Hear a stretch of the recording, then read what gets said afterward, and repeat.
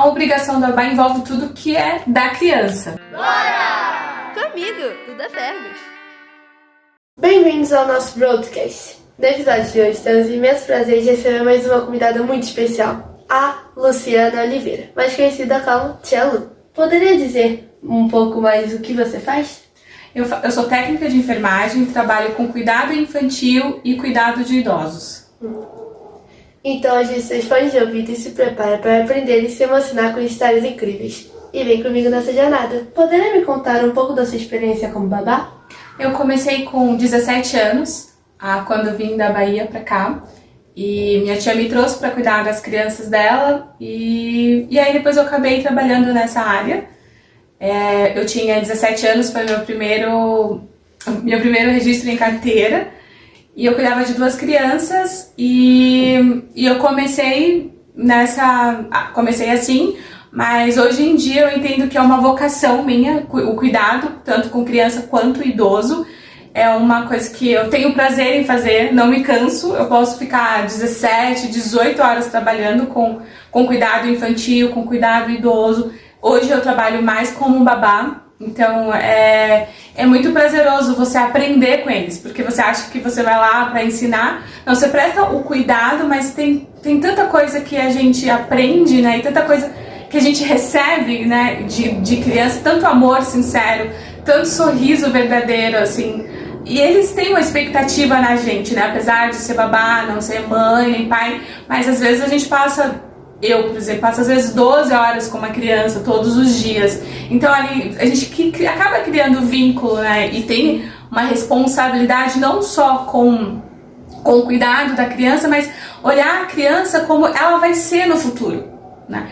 Eu tive também experiências de errar muito com criança, por isso que hoje eu penso mais nela como a educação, a primeira educação, né? A infância como o alicerce para o que ela vai ser no futuro. Então eu tenho essa preocupação e esse cuidado de pensar na criança como um indivíduo mesmo, como alguém que Deus gerou, né? Colocou ali para um pai, tem responsabilidade, mas eu também tenho responsabilidade com aquela criança, mas para que ela seja livre para ser aquilo que Deus deseja que ela seja, né?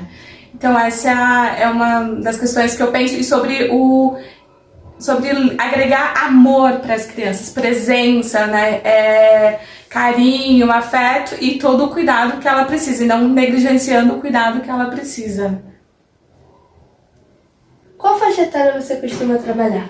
Hoje eu trabalho desde os 3 dias, quando saí da maternidade, eu fico com ele até quando ele inicia a escola, uns 3 anos, 2 anos, depende muito da criança, da evolução da criança, do que ela precisa, né? Como eu falei, cada indivíduo é único e eu tenho que olhar todo esse indivíduo, né?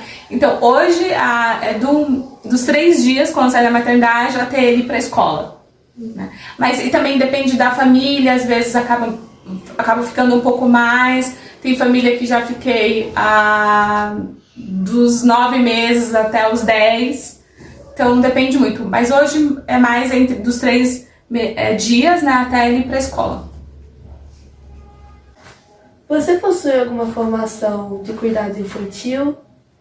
Formação, eu sou técnica de enfermagem, né, essa é uma formação que auxilia no cuidado, mas toda a minha experiência de anos, né, dos meus 17 anos cuidando de criança e idoso. Pretendo fazer mais especializações, principalmente na educação infantil, na primeira infância, mas eu ainda estou pesquisando alguns cursos. E também fiz gerontologia, mas ainda não terminei, que é cuidado com idosos.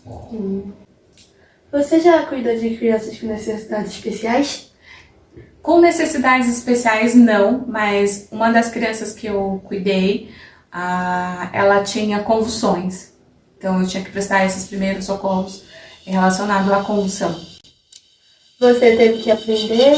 Você teve um estudo a mais? Como foi isso? Não, com o curso técnico de enfermagem você tem os primeiros socorros e eles também te ensinam como você cuidar de alguém que tem um ataque epilético, que é a mesma coisa da convulsão. Por conta disso eu sei lidar com essa situação. Como você lida com birra e comportamentos desafiadores de criança? Nos meus primeiros trabalhos, que eu fiquei longo período, eu não sabia lidar com as birras. E também foi um momento que eu não tava bem, então eu lidava birra como algo pessoal, né? Eu não conseguia separar. Então, e nessa situação, depois eu acabei deixando de cuidar dessa criança, passei por alguns processos de aprendizado, né? E eu hoje lido com a birra como a criança, ela quer falar algo com a birra. Ela quer expressar alguma coisa, algo que está dentro dela, de um sentimento que ela não consegue lidar. Então depende da criança, eu espero ela se acalmar, porque às vezes não é uma birra, né? Às vezes a gente acha que é uma birra, mas é ela gritando porque ela precisa de alguma coisa que a gente não consegue, não está conseguindo dar para ela naquele momento, que ela não consegue verbalizar. E eu espero aquela birra passar e eu sento na mesma posição que ela, me coloco de joelhos ou me coloco sentada como eu tô aqui, fico olho a olho com ela e pergunto a ela o que tá acontecendo.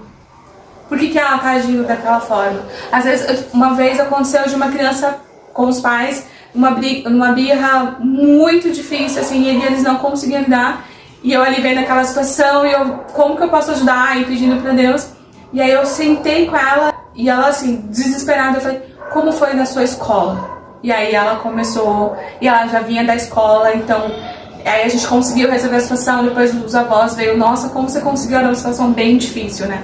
E então você precisa estar ali no lugar e tentar se colocar como aquela criança está sentindo, e lembrar que a gente já foi criança e muitas vezes a gente também agiu de várias formas porque a gente precisava de ajuda, né? E eu acho que é colocar nesse lugar de ajuda mesmo, né? E entender que não é uma birra simplesmente, mas que ela tá precisando de alguma coisa e a gente precisa entender o que tá ali, né, por trás. E com os idosos, já que são mais velhos? Então, com os idosos não tem essa questão de birra, né? Assim, você não pode também tratar o idoso como se ele fosse uma criança, que ele não é uma criança, mas ele também tem... As pessoas acham que ele é uma criança, mas ele não é uma criança. Ele tem toda uma história, ele já passou por tantas dificuldades, tantas coisas. Você também entender, por exemplo, eu cuidava de uma que, quando ia dar banho nela, gritava, os vizinhos achavam que estava acontecendo alguma coisa. Mas aí você demonstrar, o que eu sempre falo, amor, assim. Olha, você tá aqui, a gente vai dar banho, conversar bastante, conversa uma das coisas que... E também teve uma que às vezes ela gostava de bater, sabe? Ela tinha uma varinha que ela coçava as costas e ela batia na fisioterapeuta, batia nas pessoas, e ela tinha início de Alzheimer, depois o Alzheimer dela foi avançando. Entender qual que é a patologia que aquele idoso tem, né? Buscar se informar. Às vezes é um idoso, por exemplo, os que eu cuidei, a maioria eram japoneses que falavam só japonês, eles não falavam português, e no Alzheimer eles tendem a usar o primeiro idioma, e é japonês. Então, aí você tentar aprender o idioma para tentar comunicar com aquele idoso, né? Às vezes ele tá sentindo falta dos filhos, né? Então, tem que entender o ambiente, o que tá acontecendo ali e se colocar mais uma vez no lugar da pessoa. E normalmente os idosos você cuida porque os filhos não vão? Não, às vezes tem idosos porque os filhos trabalham e precisa de alguém para cuidar, e eles não querem colocar em casa de repouso, né? Então eles preferem ter alguém que eles consigam colocar uma câmera para ver o que está acontecendo ali, alguém que vai prestar um serviço individualizado, que vai cuidar, né? Porque o idoso, ele fica dependendo da situação, eles ficam com muitas feridas, né? Que chamam escaras, então, a maioria que tem pessoas que tem cuidador de idoso é porque eles não querem colocar em um asilo, né? Então eles preferem contratar alguém, mesmo que seu serviço seja mais caro, mas eles preferem ter esse cuidado porque eles também não podem fazer, né? Ou às vezes revezam, vão no final de semana cuidar e os cuidadores ficam durante a semana, né? Então tem essa situação. Quais atividades você gosta de fazer com a criança? As atividades que eu gosto de fazer, eu gosto... E depende muito da criança, né? Porque como é de sair da maternidade, no começo tem o tummy time, né? Que é a criança tá lá de cabecinha assim, você coloca umas imagens para que ela comece a desenvolver a visão, o conhecimento. Aí para cada passagem, né, de etapa, assim, digamos, você tem uma atividade, né? Mas eu gosto muito de fazer piquenique, né? Gosto de fazer atividades manuais, que elas pegam reciclagem, gosto muito do trabalho Montessori, né? Que é de criação, e para que ela desenvolva autonomia. Gosto de amarelinho, brincadeira de a ciranda, cirandinha, essas brincadeiras antigas, como hoje eu trabalho em um condomínio e a gente junta todas as crianças e acaba fazendo essas brincadeiras, né? E também deixar a criança livre para que ela também possa se conhecer, né? Também se conhecer o ambiente, para que também ela é um indivíduo, né? Também para que ela não fique grudado, assim, né? E ela tenha autonomia e ela aprenda sozinha também, né? E com os idosos? Com os idosos, a maioria que eu cuidei era o Alzheimer, né? Então era mostrar fotografias antigas, não brincar, mas tentar levá-las para sentir cheiro, né? Para tomar sol, para passear. Essas atividades que ativam um pouco a memória, né?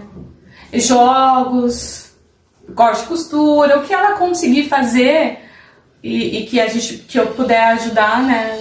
A gente está disposto. E se uma criança, algum idoso começar a passar mal, ou se é algum sintoma tipo, de gripe, essas coisas, o que você faz? Criança, primeiro eu falo com os pais, que provavelmente vai falar com o pediatra, e aí eu procedo com o que o pediatra falar. E com o idoso é a mesma coisa, né? A gente fala com a família. Alguns já têm as medicações específicas, porque já tem patologias que pressão alta, né? Já tem as medicações pro que ela tem, né? Mas sempre falar com a família, né? Que eles são responsáveis. Porque se eu fizer alguma coisa da minha cabeça e acontece alguma coisa, é minha responsabilidade, né? Então eles têm os médicos, toda uma equipe que auxilia eles também, né? E como você escolhe a família, que você quer cuidar das crianças, ou a família vai até você tá em algum site, como funciona isso? Eu geralmente trabalho por indicação. Eu conheço alguém que me indica ou vê meu trabalho. É isso, não tem nenhum site. Tem uns aplicativos, mas também eu não uso. Eu trabalho mais por indicação e por oração. Eu sempre vou orando e as coisas vão caminhando conforme eu entendo que é a vontade de Deus. Eu tava cuidando de uma senhora e aí já ia vencer o meu período de ficar com ela durante a semana, o mês, porque eu tava cobrindo a outra cuidadora. Aí no dia que era o meu último dia de ficar, me mandaram uma mensagem falando, olha, eu precisava do seu serviço pra minha filha nasceu e aí a gente conversou e ninguém queria cuidar dessa criança porque ela tinha intolerância à lactose e a proteína do leite, assim, então aí eu acabei assumindo, eu fiquei com ela e até hoje a gente tem um bom relacionamento, amo ela e é isso, por indicação, mas eu acho que Deus vai contribuindo, assim, sabe, Ele vai mostrando todas as crianças que precisam. Teve uma que eu tive, essa menina mesmo específica que eu tava saindo de um outro trabalho e eles me mandaram mensagem. Um tempo depois eu sonhei que uma pessoa falava pra mim, Deus ama muito ela e por isso Ele te deu pra cuidar. E aí, então a gente eu vou sendo guiada pelo que Deus quer, assim, né? E se você falou da criança ser intolerante à lactose, como funciona quando a criança é alérgica a alguma coisa? A família você pergunta pra família, como funciona? Quando a gente vai trabalhar, então, a gente tem todo o histórico dessa criança, né? Demorou bastante para saber, então eu comecei a introdução alimentar dela, então tudo era sem glúten, sem lactose, glúten ela consumia sem lactose. Então tudo era sem lactose, eu que fazia a alimentação dela, eu que cuidava de toda a alimentação para que ela não ingerisse nada com lactose. E também quando a gente saía, eu fazia as marmitas dela para ela levar. E aí vai buscar receitas, né? Hoje em dia tem tem muita coisa, né? Então, Vende bastante coisa já. então tem muitos. Ele fazia um pãozinho que chama pão de beijo, que é polvilho, azeite, mandioquinha com chia, e ela deixava congelado e ela ia pesquisando, né? Estudando também, porque a gente tem que estudar e pesquisar, que, como eu falei, cada indivíduo é de um jeito, né? E cada casa tem a sua mania, né? Tem a sua rotina, então você tem que se adaptar à rotina da casa. Você não pode fazer a sua vontade, sei lá, uma mãe gosta de dar biscoito com açúcar pro filho, eu acho ruim, não daria pro meu filho, sei lá, de 1 ano e meio ou de 1 ano, mas se a mãe quer fazer, então isso é com ela, então você tem que se adaptar a tudo, né? E não é a sua vontade, né? E tem família que, tipo, você, quando pode dar uma bronca na criança, você pode educar, ou tem família que não deixa? Como funciona isso? Não, nenhuma família que eu trabalhei sempre me deixou à vontade para exercer o meu trabalho sem nenhuma limitação, assim. O que você espera de um relacionamento com uma família? Eu espero honestidade, clareza, sinceridade, né? Porque a gente está cuidando de uma criança e ela vai ouvir uma versão minha, uma da família, então a gente precisa, em conjunto, entender, não entender a criança, porque é difícil, né, você entender uma criança, mas trabalhar em conjunto com honestidade, com verdade, com clareza, e sem jogos, assim, e sem manipulação para a criança, né, e deixar ela livre para que ela aprenda o que ela precisa aprender. Mas eu acho que o mais que eu prezo, assim, é honestidade, assim, de ser claro, de falar todas as coisas, não tratar a criança como se ela não fosse um indivíduo, né?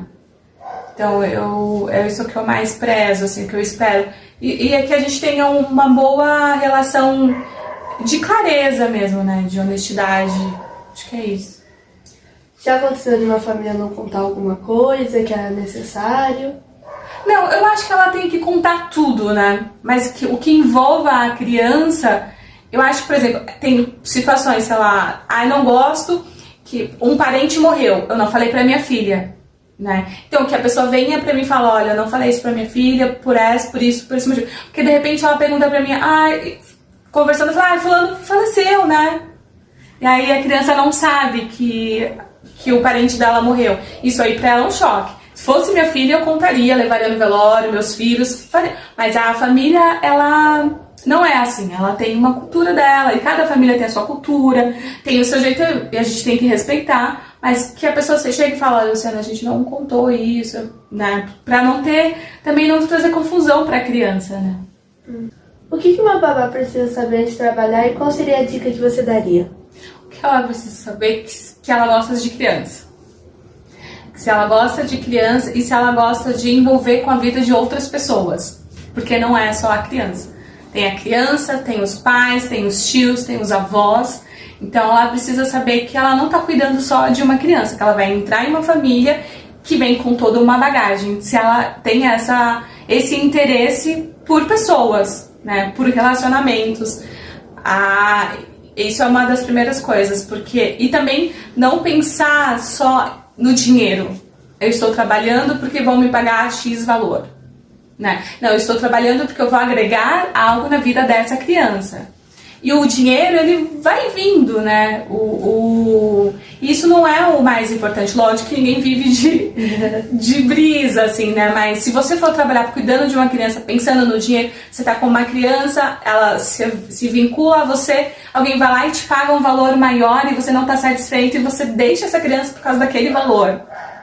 E aí a criança fica dias sem dormir, e aí você entender isso, olha, o propósito que você está fazendo. Eu acho que cuidar de criança, cuidar de gente é propósito, é você entender isso. Se você não tem isso, não faça. Não faça, vai trabalhar em qualquer outra coisa, você vai ganhar dinheiro, você vai...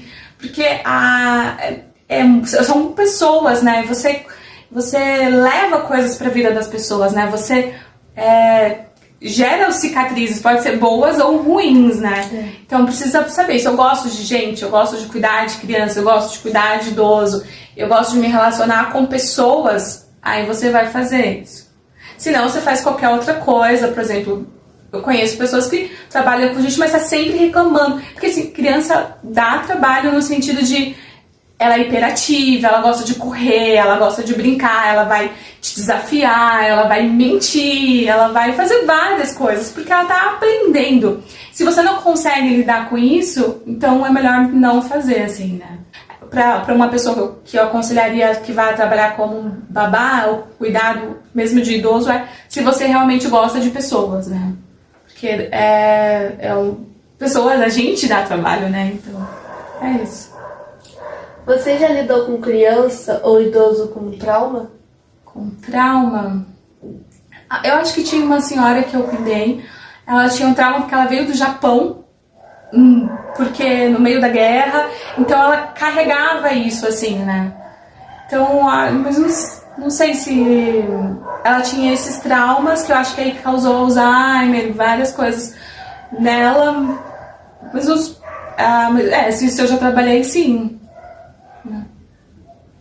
Foi muito difícil lidar, que às vezes ela tinha alguns pânicos, algumas coisas? Sim. Então, ela tinha, quando ela ouvia alguns barulhos de avião, algumas coisas assim, ela ficava e ela tinha uns jeitos, mas aí você vai com um carinho, né, falando, mas depois o Alzheimer dela gravou e nem isso mais afetava ela, assim, né. Você poderia nos dizer qual é a obrigação de uma babá? A obrigação da babá envolve tudo que é da criança. E depende muito, por exemplo, se é uma criança que ela não consegue dormir, como que você vai dar conta da roupa da criança, da alimentação da criança? Então, isso depende muito, mas a obrigação é tudo que envolve a criança. A roupa da criança, a alimentação da criança, o cuidado da criança. Por exemplo, a comida da casa não é obrigação da babá, né? Prover a comida da casa, para que deixar pronta, para que todo mundo coma, isso não é obrigação da babá. Roupa da casa, passar a roupa da casa inteira, arrumar a casa, ela pode arrumar os brinquedos da criança e deixar o ambiente que a criança fica organizado, mas não é obrigação dela lavar os banheiros da casa, não é obrigação dela limpar os vidros da casa. Isso tem uma pessoa que presta serviço, o trabalho doméstico é uma coisa, o trabalho de babá é outra, né? Se ela é contratada para cuidar de uma criança, não é obrigação dela cuidar da outra criança, porque tem uma criança que ela tem ela exige um cuidado maior, né? E ela foi contratada para cuidar dessa criança, e a família contratou para essa, e às vezes já vi casos assim de a pessoa ir fazer a entrevista, olha, esse é meu filho, esse vai cuidar. Aí de repente um outro filho, um ano mais velho, que estava na casa dos avós, então agora você vai cuidar desse. Passou uma semana, trouxe o outro para cuidar. E a funcionária não sabia disso, né? E ela foi pensando nessa criança. Então, são essas coisas que é só o que envolve a questão da criança, né? As mamadeiras, esterilização, tudo que envolve a criança, porque essas coisas também demandam tempo para fazer direito, né, esse trabalho. E se você faz um monte de coisa, você fica estressado, cansado, e o que é realmente para ser feito da criança você não faz, né? E aí se mistura muito e uma hora você chuta, né? Desculpa, chuta o balde e não faz o que é importante, né? Que é a criança.